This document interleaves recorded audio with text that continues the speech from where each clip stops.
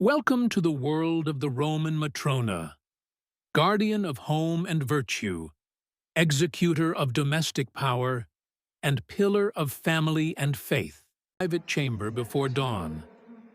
A Roman noblewoman sits on a carved chair in her undertunic, while attendants move in quiet sequence.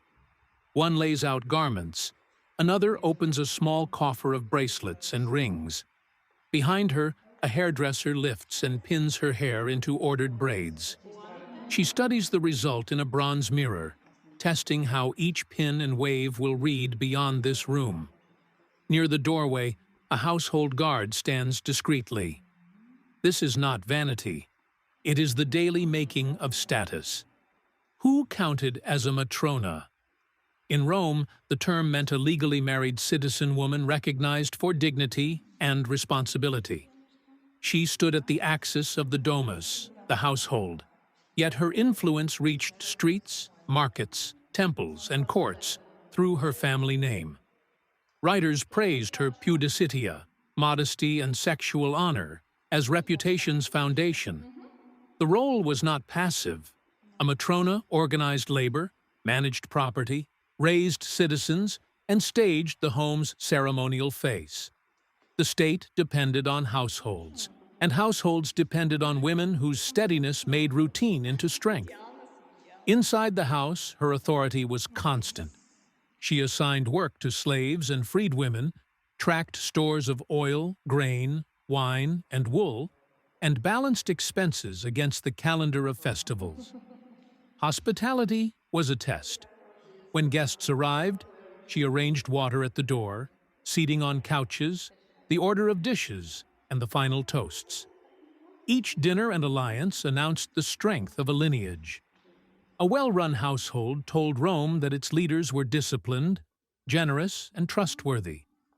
Trust then rippled to clients and kin. Girls learned by watching. Mothers oversaw daughters' training in letters, numbers, music, spinning, and the ethics taught by stories like Lucretia and Cornelia. Sons might study rhetoric with tutors, but maternal discipline shaped their habits. Roman moralists said, "Good mothers made good citizens."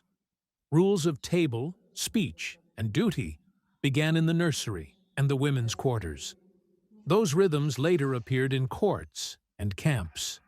The city praised Matronae as guardians of the future and stewards of household reputation, because order at home produced order in public. Law gave room to act. By the late Republic, many marriages were sine manu, so a wife did not pass into her husband's legal power. She could hold property, make bequests, and over time, manage finances with fewer restraints. Through dowries, inheritances, good purchases, and well-timed loans, elite women accumulated real wealth without office or vote.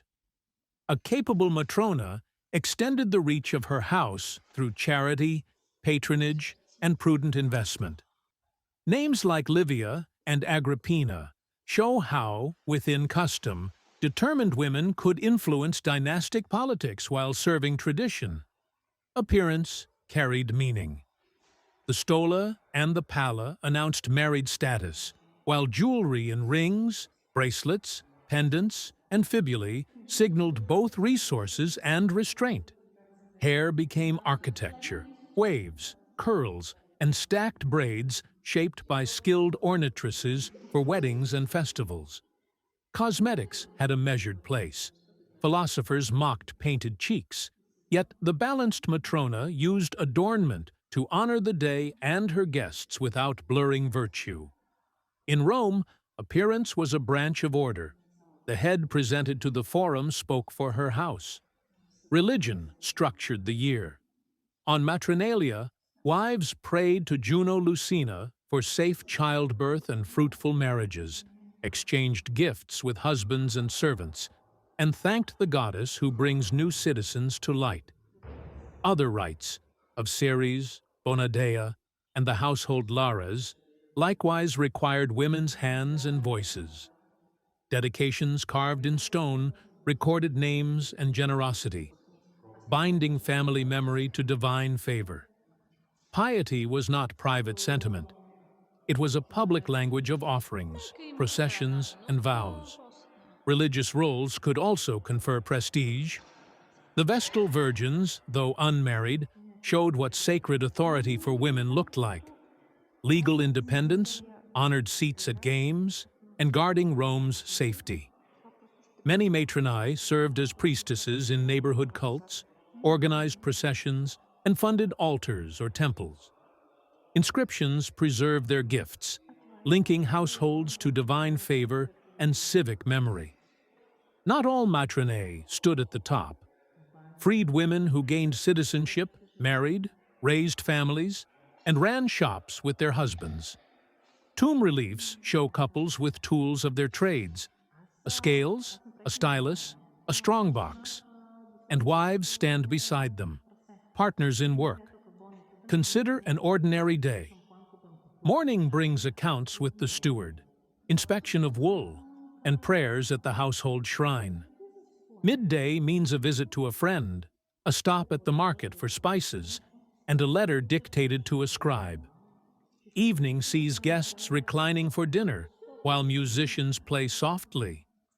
The hostess presides, guiding talk and measuring cups. Nothing here wins a triumphal arch, yet these acts build the city more surely than many campaigns. Habit becomes strength. Order turns into safety. Return to the chamber where we began. The hair is finished, the palla arranged, the jewels chosen. The matrona rises and the guard opens the door. Down the corridor, children wait with tablets, a steward with accounts, a basket of wool for inspection, a friend arriving with news, and a messenger from the country estate. The day ahead is ordinary and consequential.